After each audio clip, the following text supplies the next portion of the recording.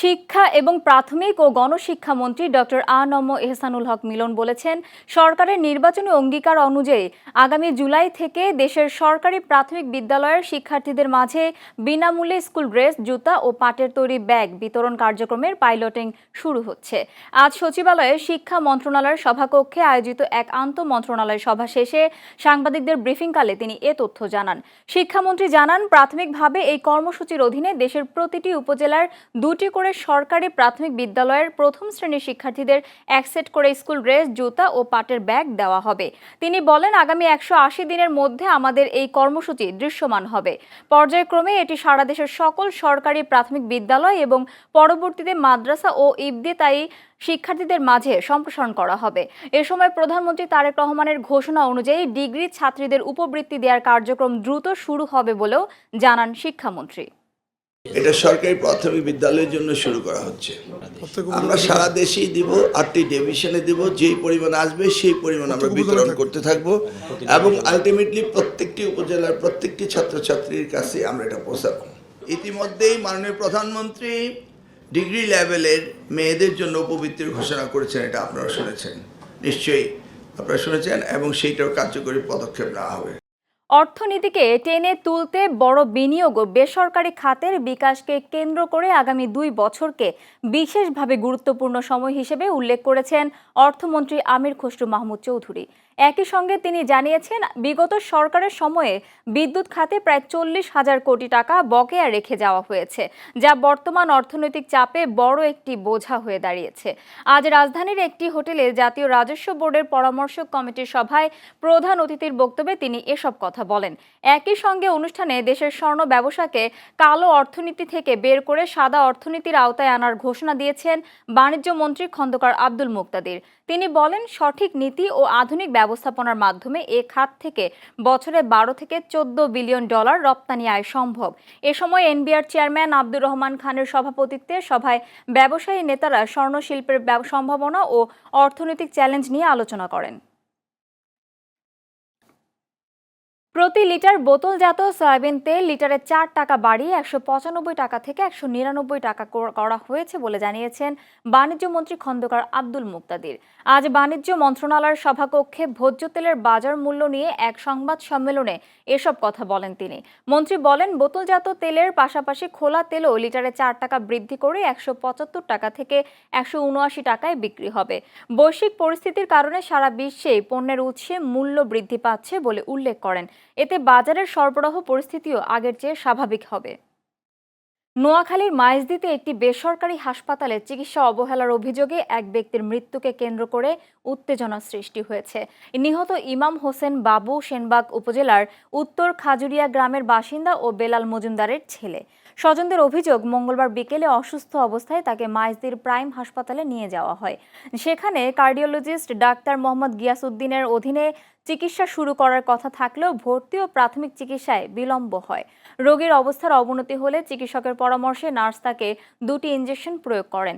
Injection দেওয়ার পরপরই তিনি মৃত্যুর কোলে ঢলে পড়েন বলে দাবি করেন স্বজনরা।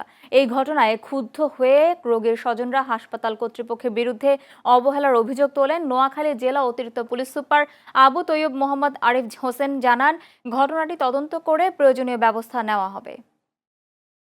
সিরাজগঞ্জের উল্লাপাড়ায় পৃথক অভিযানে ওয়ারেন্টভুক্ত আসামি ও হত্যা মামলার এক নারী আসামি সহ মোট 6 জনকে গ্রেফতার করেছে পুলিশ। মঙ্গলবার রাতে উপজেলার বিভিন্ন এলাকায় অভিযান চালিয়ে তাদের গ্রেফতার করা হয়। পুলিশ জানায়, গ্রেফতারকৃতদের মধ্যে 2 জন আদালতের ওয়ারেন্টভুক্ত আসামি এবং 4 জন হত্যা মামলার এজাহারভুক্ত আসামি রয়েছেন। উল্লাপাড়া মডেল থানার ভারপ্রাপ্ত কর্মকর্তা মোহাম্মদ মোক্তারুজ্জামান জানান, গ্রেফতারকৃতদের বিরুদ্ধে প্রয়োজনীয় আইনি প্রক্রিয়া শেষে বুধবার আদালতে পাঠানো হয়েছে। তিনি আরও বলেন, অপরাধ দমন ও পলাতক আসামিদের গ্রেফতারে এ ধরনের অভিযান অব্যাহত থাকবে। কুমিল্লায় আন্তর্জাতিক শব্দ সচেতনতা দিবস উদযাপন করা হয়েছে। এই উপলক্ষে বুধবার সকালে জেলা প্রশাসনের সহযোগিতা ও পরিবেশ অধিদপ্তরের উদ্যোগে জেলা প্রশাসকের কার্যালয়ে আলোচনা সভার আয়োজন করা হয়। এ সময় অতিরিক্ত জেলা প্রশাসক সাইফুল ইসলাম, পরিবেশ অধিদপ্তরের উপপরিচালক মুসাব্বের হোসেন মোহাম্মদ রাজীব, ইন্সপেক্টর প্রশাসন ও অর্থ সাদিকুর রহমান ও সুজনের সভাপতি শাহ আলমগীর খান সহ বিভিন্ন রাজনৈতিক, সামাজিক ও সাংস্কৃতিক সংগঠনের নেতাকর্মীরা উপস্থিত ছিলেন। পটুয়াখালীর কলাপাড়ায় কালবৈশাখী ঝড়ে ক্ষতিগ্রস্ত 5টি পরিবার ও একটি মাদ্রাসা কর্তৃপক্ষকে ঢেউটিন ও খাদ্য সহায়তা প্রদান করা হয়েছে। বুধবার উপজেলা পরিষদ প্রাঙ্গণে দুর্যোগ ব্যবস্থাপনা অধিদপ্তরের সহযোগিতায় এ সহায়তা বিতরণ করা হয়। এ সময় উপস্থিত ছিলেন উপজেলা নির্বাহী কর্মকর্তা কাউসার হামিদ এবং উপজেলা প্রকল্প বাস্তবায়ন কর্মকর্তা মোকসুদুল আলম সহ অনেকে। উপজেলা প্রশাসন জানায়, মঙ্গলবার নীলগঞ্জ ইউনিয়নে কালবৈশাখী ঝড়ে ক্ষতিগ্রস্ত হওয়া বসতঘরের মালিক নির্মল বিশ্বাস, বিমল বিশ্বাস, মান্নান বয়াতি ও অপূর্ব হাওলাদারকে 2 বান্ডেল করে ঢেউটিন এবং প্রত্যেককে 1 প্যাকেট করে শুকনা খাবার দেওয়া হয়। এছাড়া চাকমাইয়া ইউনিয়নের আংশিক ক্ষতিগ্রস্ত নিশানবাড়িয়া আল মদিনা হাফিজি মাদ্রাসা কর্তৃপক্ষকে 1 বান্ডেল টিন এবং মরিয়ম বেগমকে 2 প্যাকেট শুকনা খাবার প্রদান করা হয়। পাবনার ঈশ্বরদীতে দরিদ্রদের জন্য কর্মসংস্থান কর্মসূচি প্রকল্পের আওতায় খাল পুনঃখননের কাজ উদ্বোধন করা হয়েছে। বুধবার দুপুরে উপজেলার দাসুরিয়া ইউনিয়নের শ্যামপুর এলাকায় খাল পুনঃখনন কাজের উদ্বোধন করা হয়। অনুষ্ঠানে প্রধান অতিথি ছিলেন পাবনা জেলা বিএনপির আহ্বায়ক হাবিবুর রহমান হাবিব। বিশেষ অতিথি ছিলেন ঈশ্বরদী উপজেলা যুবদলের সাবেক সাধারণ সম্পাদক শরীফুল ইসলাম তুহিন। অনুষ্ঠানে সভাপতিত্ব করেন উপজেলা নির্বাহী কর্মকর্তা হাসান মোহাম্মদ সোয়াইব। নওগাঁয় ডাকাতির প্রস্তুতিকালে আন্তজেলা ডাকাত দলের 7 সদস্যকে আটক করেছে পুলিশ। বুধবার নওগাঁ সদর থানায় আয়োজিত এক সংবাদ সম্মেলনে এ তথ্য জানান পুলিশ সুপার মোহাম্মদ তারিকুল ইসলাম। তিনি জানান, মঙ্গলবার রাতে নওগাঁ বগুড়া আঞ্চলিক মহাসড়কের সান্তাহার মোড়ে একটি নম্বরবিহীন ট্রাকে অভিযান চালিয়ে আন্তজেলা ডাকাত দলের 7 সদস্যকে আটক করা হয়। এ সময় একটি ট্রাক, একটি মোটরসাইকেল, একটি ব্যাটারি চালিত চার্জার ভ্যান সহ ডাকাতি কাজে ব্যবহৃত বিপুল দেশীয় অস্ত্র ও সরঞ্জাম জব্দ করা হয়। পুলিশ সুপার আরও জানান, আটকদের বিরুদ্ধে নওগাঁ সদর থানায় মামলা দায়ের করা হয়েছে। তাদের আদালতের মাধ্যমে জেল হাজতে পাঠানো হবে। গাইবান্ধায় যথাযোগ্য মর্যাদায় পালিত হয়েছে আন্তর্জাতিক শব্দ সচেতনতা দিবস। বুধবার সকালে পরিবেশ অধিদপ্তরের উদ্যোগে জেলা প্রশাসকের কার্যালয়ের সামনে থেকে একটি বর্ণাঢ্য সচেতনতামূলক র্যালি বের করা হয়। পরে জেলা প্রশাসনের সম্মেলন কক্ষে আলোচনা সভা অনুষ্ঠিত হয়। সভায় প্রধান অতিথি ছিলেন জেলা প্রশাসক মোহাম্মদ মাসুদুর রহমান মোল্লা। এছাড়া উপস্থিত ছিলেন গাইবান্ধা পরিবেশ অধিদপ্তরের সহকারী পরিচালক উত্তম কুমার, পরিবেশ অধিদপ্তরের শের আলম ও Gaibandha chamber of commerce and ইন্ডাস্ট্রির সভাপতি সামিউল হুদা সুমেল সহ বিভিন্ন সামাজিক ও স্বেচ্ছাসেবী সংগঠনের নেতাকর্মীরা। টিকা কার্যক্রম শুরু হলেও সিরাজগঞ্জে হামে আক্রান্ত শিশু রোগের সংখ্যা দিন দিন বাড়ছে। গত 29 দিনে জেলায় 284 শিশু হাম রোগে আক্রান্ত হয়েছে। সুস্থ হয়েছে 245 জন। গত 24 ঘন্টায় জেলায় নতুন করে 8 জন শিশু হামে আক্রান্ত হয়েছে। বর্তমানে জেলার বিভিন্ন হাসপাতালে 39 জন রোগী ভর্তি হয়ে চিকিৎসা নিচ্ছে। এদিকে 3,95,000 শিশুকে টিকার আওতায় আনতে 20 এপ্রিল থেকে জেলায় টিকা কার্যক্রম শুরু করা হয়েছে। চলবে 20 মে পর্যন্ত। এ পর্যন্ত প্রায় 1,85,500 শিশুকে টিকা দেয়া হয়েছে।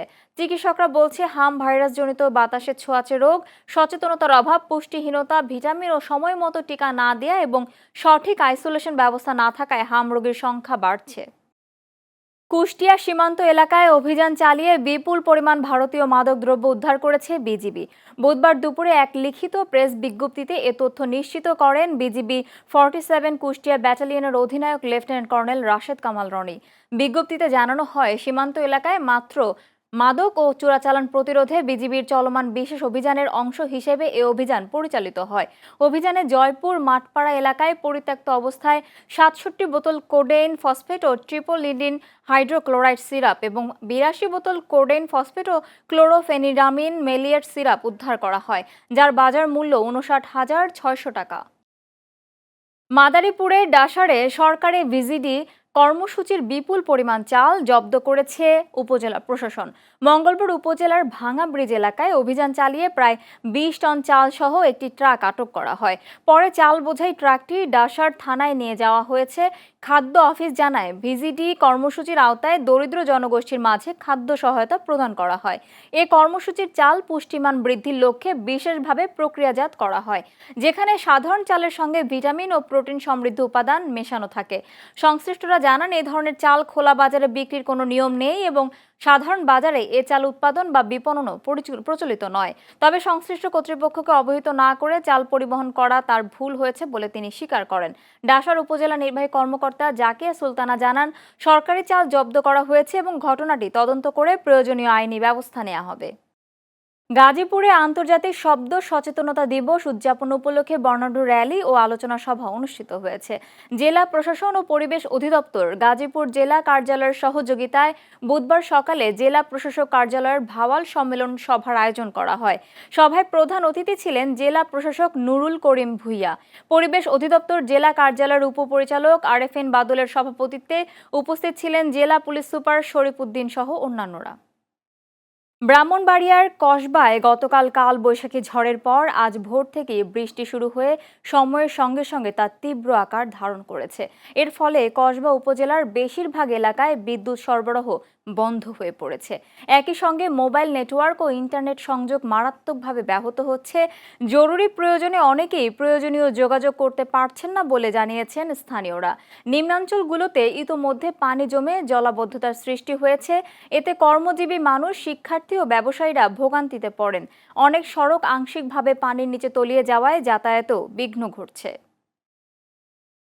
মৌলভীবাজারে টানা ভারী বৃষ্টি ও পাহাড়ি ঢলের কারণে নদ নদীর পানি দ্রুত বৃদ্ধি পেয়েছে। এতে জেলার বিভিন্ন এলাকায় বন্যা পরিস্থিতির সৃষ্টি হয়েছে। বিশেষ করে নিচু অঞ্চলগুলো মারাত্মকভাবে প্লাবিত হচ্ছে।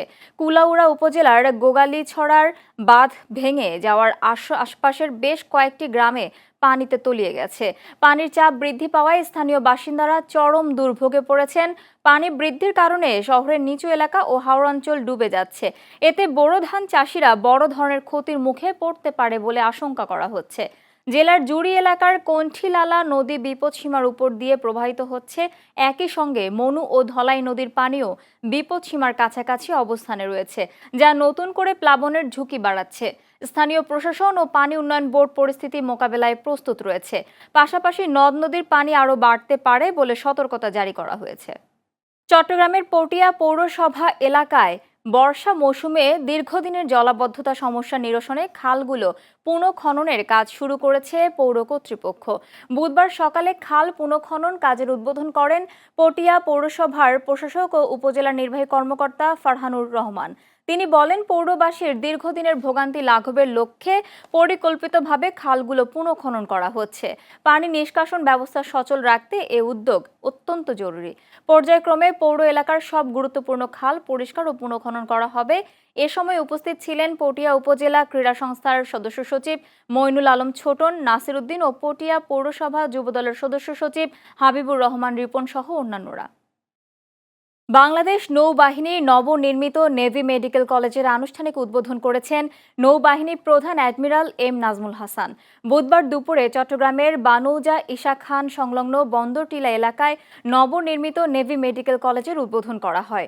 উদ্বোধনী অনুষ্ঠানে নৌবাহিনী প্রধান বলেন, চট্টগ্রামের দক্ষিণাঞ্চলে আধুনিক চিকিৎসা শিক্ষা, গবেষণা ও প্রশিক্ষণের সমন্বয়ে প্রতিষ্ঠিত এই মেডিকেল কলেজ স্বাস্থ্য খাতে একটি গুরুত্বপূর্ণ সংযোজন। তিনি উল্লেখ করেন, দক্ষ, নৈতিক ও পেশাদার চিকিৎসক তৈরি করার মাধ্যমে একটি সশস্ত্র বাহিনীর চিকিৎসা সক্ষমতা বৃদ্ধিতে ভূমিকা রাখবে এবং একই সঙ্গে সাধারণ জনগণের জন্য উন্নত স্বাস্থ্যসেবা নিশ্চিত করতে সহায়ক হবে। অনুষ্ঠানে নৌবাহিনী সদর দপ্তর ও চট্টগ্রাম নৌ অঞ্চলের ঊর্ধ্বতন কর্মকর্তা, সামরিক ও বেসামরিক অতিথিরা উপস্থিত ছিলেন। নেভি মেডিকেল কলেজ চট্টগ্রামের জন্য আমার আন্তরিক শুভকামনা জানাই। এই প্রতিষ্ঠান জ্ঞান দিয়ে, শৃঙ্খলা দিয়ে এবং মানবতা দিয়ে ভবিষ্যতের উন্নতির সোপানে আরও এগিয়ে যাবে, এই আমার প্রত্যাশা।